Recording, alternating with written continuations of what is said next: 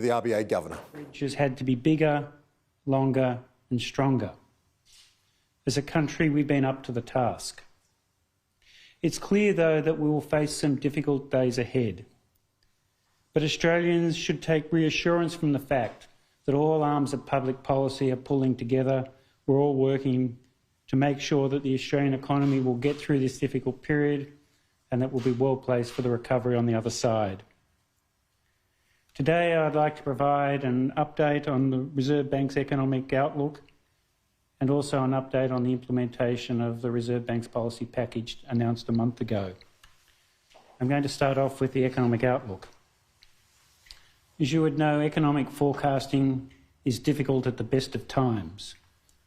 It's even harder at times like this than when we're experiencing a once-in-a-lifetime event. Given this, I don't think it makes sense at the moment to focus on forecasts to the nearest decimal point, as we're often prone to do. Instead, I'd like to focus on two broad issues.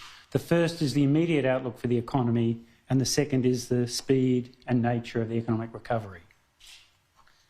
In terms of the immediate outlook, the next few months are going to be very difficult ones for the Australian economy. One very obvious consequence of the efforts that are needed to contain the virus is that many normal activities can't take place at the moment.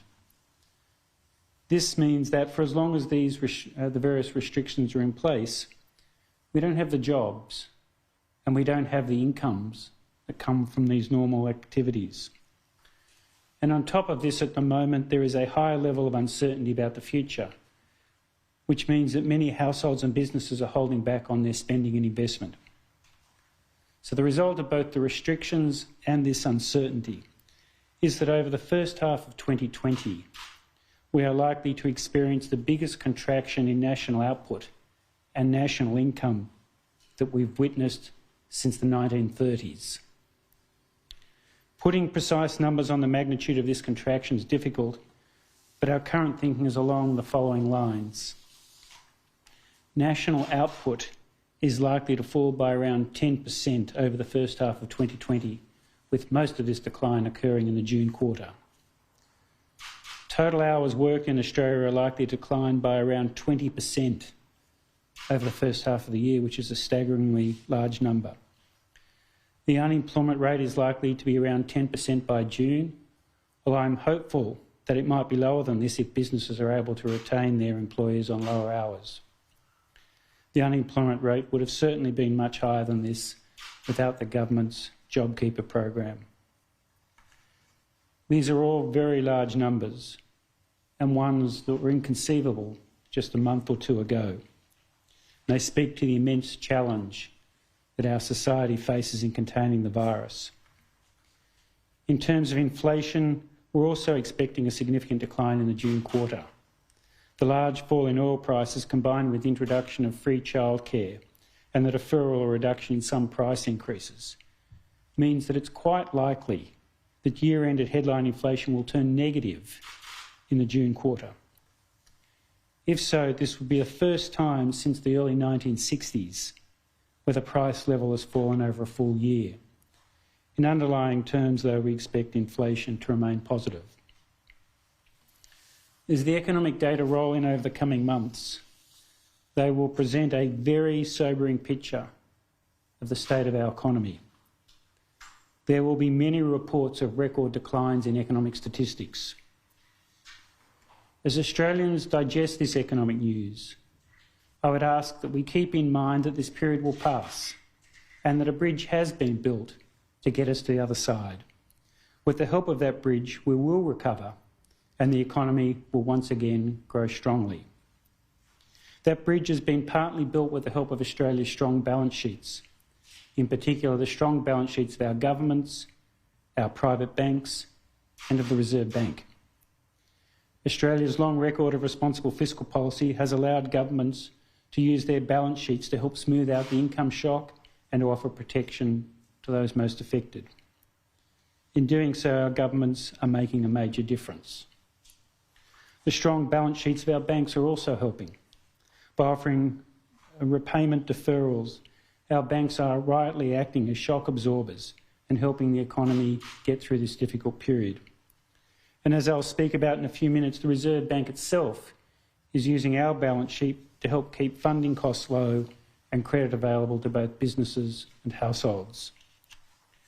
Without these strong balance sheets, we would have been in a much more difficult position. I would now like to turn to the speed and nature of the recovery. I think we can be confident that our economy will bounce back and that we will see it recover. We need to remember that once the virus is satisfactorily contained, all those factors that have made Australia such a successful and such a prosperous country will still be there. Inevitably, the timing and pace of the recovery depends upon how long we need to restrict economic activities, which in turn depends on how long it takes to effectively contain the virus. So it's difficult to be precise, and I think at the moment it makes sense to think in terms of scenarios. And consistent with this, the Reserve Bank will discuss some possible scenarios in the Statement of Monetary Policy, which we'll release in a few weeks' time. But one plausible scenario is that the various restrictions begin to be progressively lessened by around the middle of the year and are mostly removed by late in the year, perhaps with the exception of the restrictions on international travel.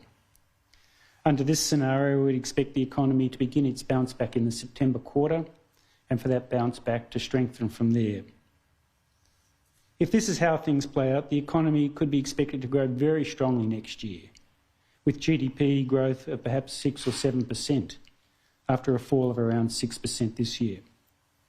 There is, though, quite a lot of uncertainty around these numbers, with the exact profile of the recovery depending not only when the restrictions are lifted, but also on the resolution of the uncertainty that many people feel about the future.